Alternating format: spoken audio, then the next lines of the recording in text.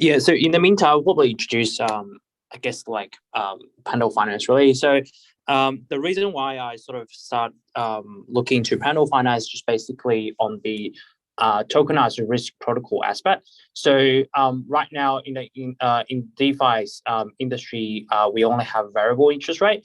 But in the traditional space, we have fixed and also variable or slash floating, right? So Pendle Finance does a lot of interesting stuff as well, and I guess that there are a lot of other protocol out there doing similar things. So I think Chris in the very beginning shared Element Finance as well. But they target at a very different, I guess, like user base or I guess the product market fit. So what Pendle Finance does is that essentially it tokenized it sort of separate two things. So normally you have, say, for example, if you deposit, say, $1,000 to Compound or Aave, you will get a C token or A token respectively in return as a sort of bookkeeping token.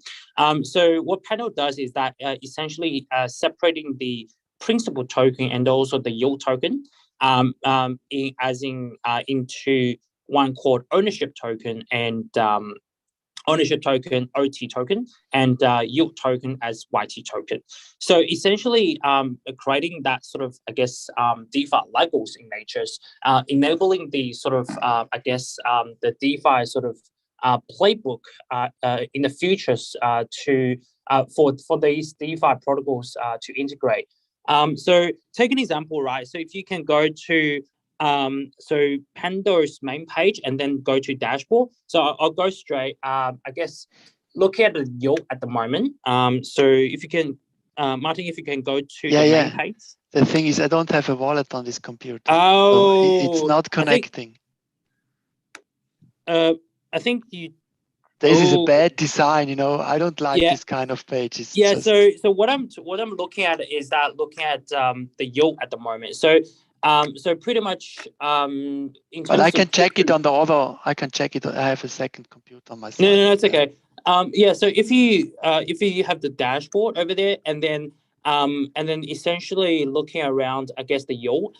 So the OTYT Pendle to Ethereum pool 2, essentially it's a pool 2. Yield is at roughly around 500% per year, simple interest.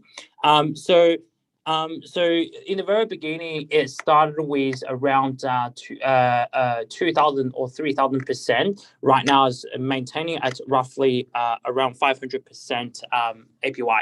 So though the sector is still early, so in the very beginning, I thought about it in terms of whether we really need fixed and floating interest rate kind of like protocol. But I think the main sort of target user is not, I guess, like retail users or everyday sort of DeFi farmers, but it's more around the protocol on the backend protocol integrations.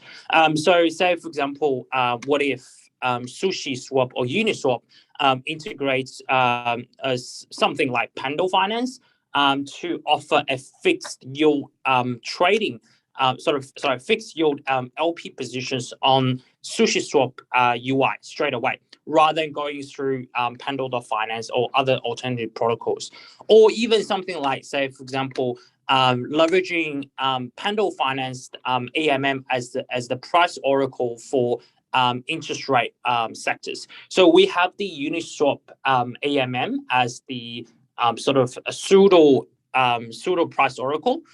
So though the industry is still mainly using Chainlink, but Uniswap V3's release and also the layer 2 release, making sort of Uniswap V3 AMM usable in terms of some very special use cases on the price oracle.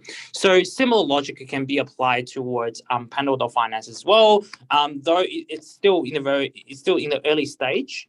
So I'll still call it bootstrapping phase at the moment. So they've got their special design of AMM, looking to tackle the sort of time value of money in terms of depreciation.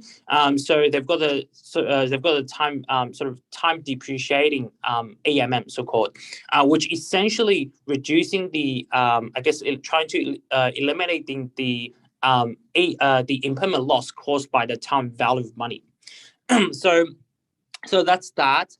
And currently, I guess the Pendle.finance pool to yield is around roughly 500%. So yeah, it's 500 and 500, 600 almost. Yeah, somewhere there. So they started over just a little bit over, I guess, roughly 3 weeks ago. They just kicked off their liquidity mining, I guess, like pool to liquidity mining incentive program. Before that, they were doing over, I guess, they were incentivizing compound and also Aave vote in terms of incentivizing people to tokenize that fixed and floating interest rate token. So this one at the moment, circulating market cap is around 40 mil, and fully diluted is around 150 to 180 mil. So it's still very early, and mainly, as I mentioned before, I mainly cover small to medium cap.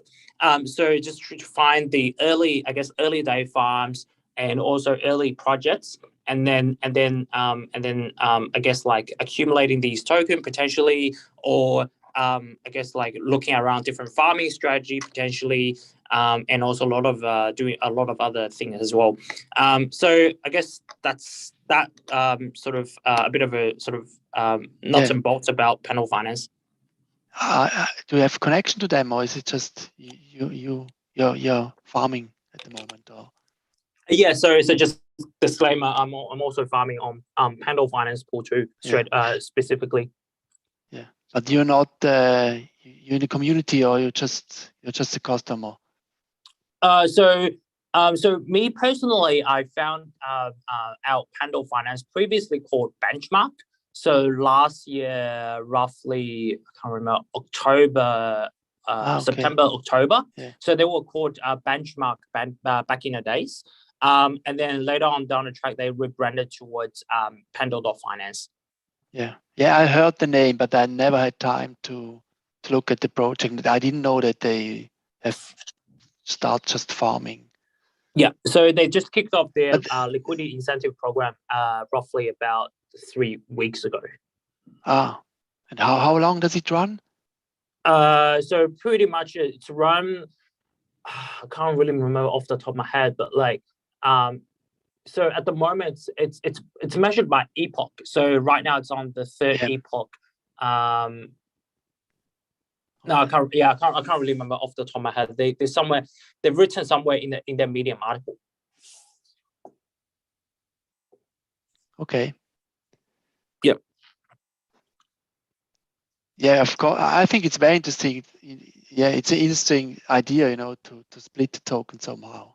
And it's strange that, in a way, I guess also like Core, Aave could do it for their own stuff, but they don't do it somehow. Strange. Yeah, so it's a very different propositions.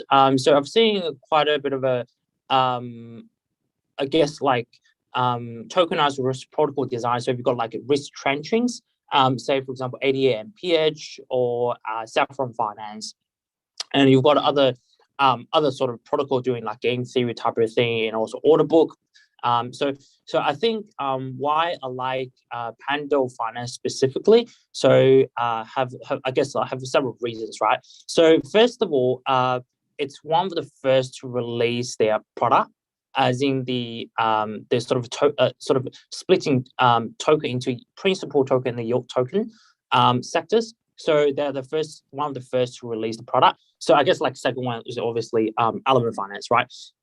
And that's my first reason. And second reason is that I guess in terms of the I guess like the overall market cap, or looking at a circulating specifically, it's still relatively low. So I would actually see more I guess like more upside than downside looking at circulating market cap at the moment. Yeah. And thirdly, in terms of the actual mechanism design, so I'm actually very sort of like I'm more I like the design in terms of splitting the actual token into principal token or yield token. So simply because it enables the actual DeFi Lego to play around with these designs. So if you don't really split, say for example, if you're only making like an interest rate exchange, then you can't really have the DeFi composability part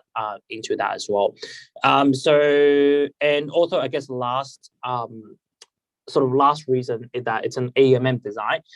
So I guess for me, I've looked at a lot of other designs, say for example, order book as well. Order book does have, I guess, like specific advantage, say for example, capital efficiency, and also I guess like a market maker can actually step into it, right? So, but the major concern is that it like for other type of derivative or perpetual future, say for example, we know how to price it. It's just basically got listed on centralized exchanges. People in the industries know how to price these things. But generally speaking, I don't think we know how to price, say, for example, compound yield or Aave yield or even SushiSwap LP token yield in a way that market maker can actively market make these liquidities. And also, I guess, like on the order book side of things, it's more around you need to invite market maker to step into the game and pulling in and also pulling out the orders. On Ethereum specifically, it's very expensive. Even on layer 2, it's still not that ideal. Yeah. So I think the AMM design in terms of on the Pendle finance or other sort of similar tokenized risk protocol sectors, I think that it's the right way to go, just because first of all, we don't really know how to price it. Secondly, bootstrapping liquidity is much more important in the very, very early stage rather than capital efficiency. We can upgrade that later on down the track if you want. So it's like Uniswap V1, V2, V3. So V2 is more on the liquidity bootstrapping, but V3 is more on the capital efficiency side of things. So I think that's the sort of right way to go. So overall, I personally like Pendle.finance, and also the yield is at 500%. So why not?